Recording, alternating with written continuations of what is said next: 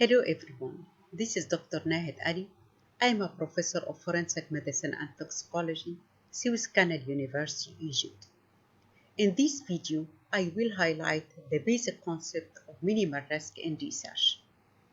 By the end of this presentation, you will be able to define minimal risk and list a common example of minimal risk research. Let us start by the definition of the minimal risk.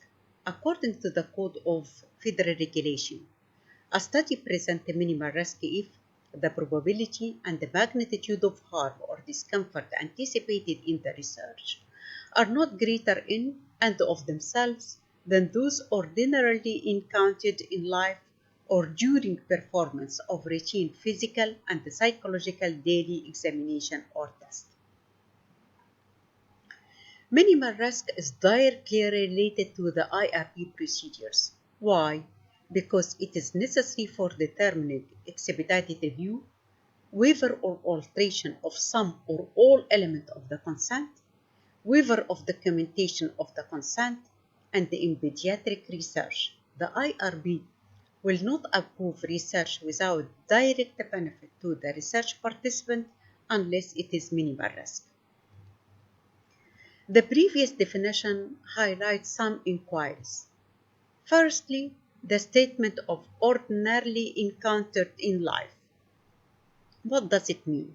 We compare the discomfort in research to having a minor argument at work or with our partner, or losing something important as our keys, or driving a car in a big crowded city. The second inquiry, whose daily life? Average people.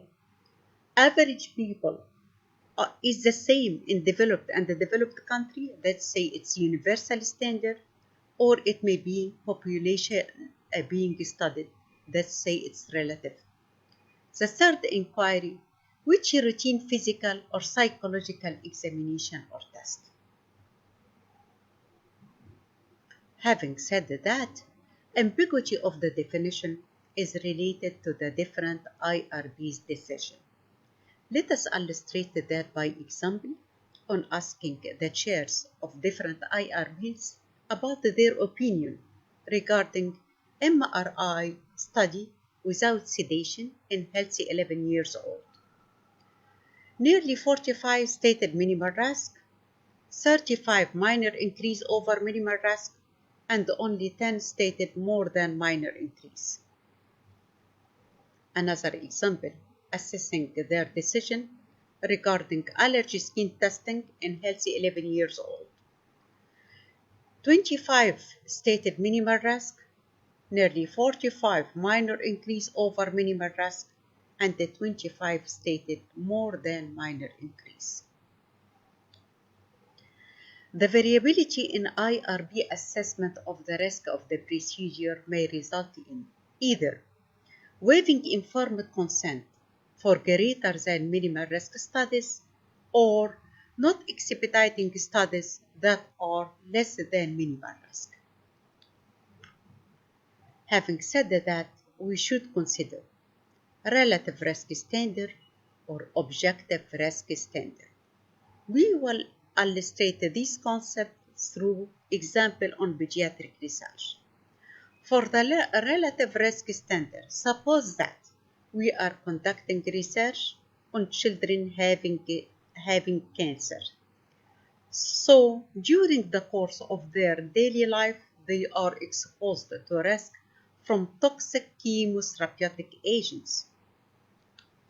However, when we are adhering to the objective risk standard, we should categorize as minimal risk those risks that average healthy normal children experience during the course of their daily life, as mentioned by the Institute of Medicine, which stated IRBs should interpret minimal risk in relation to the normal experience of average healthy and normal children.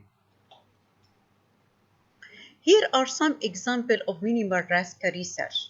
For example, a study with EEG investigation, or observational study on unidentifiable group characteristic, or research on medical record, or drawing or collecting blood sample according to the international guidelines. Other examples of greater than minimal risk research, including domestic violence survey. Why? Because the research participant may be exposed to psychological risk during recalling of the bad experience or to physical risk due to breaching of the confidentiality. Other example is the experimental study with the investigational drugs with a probable adverse effect on the research participant. The third example includes liver biopsy, which is invasive. The fourth example is the identifiable genetic research, which carries social risk and stigma not only for the research participant, but also for the entire family.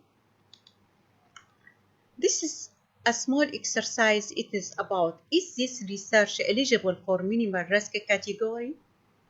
The example stated that a survey targeting high school students to investigate their attitude and belief about sexuality.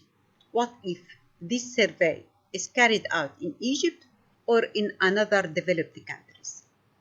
In Egypt, it is not eligible for minimal risk category. Why? Because we consider that as sensitive information and because of the privacy issue.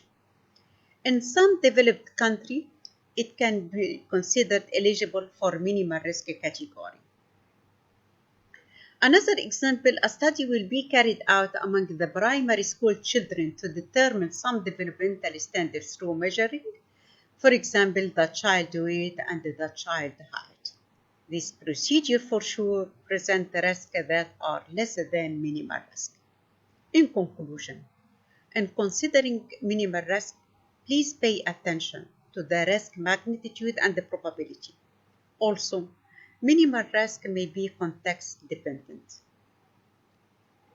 Finally, I wish you like the video and thank you so much.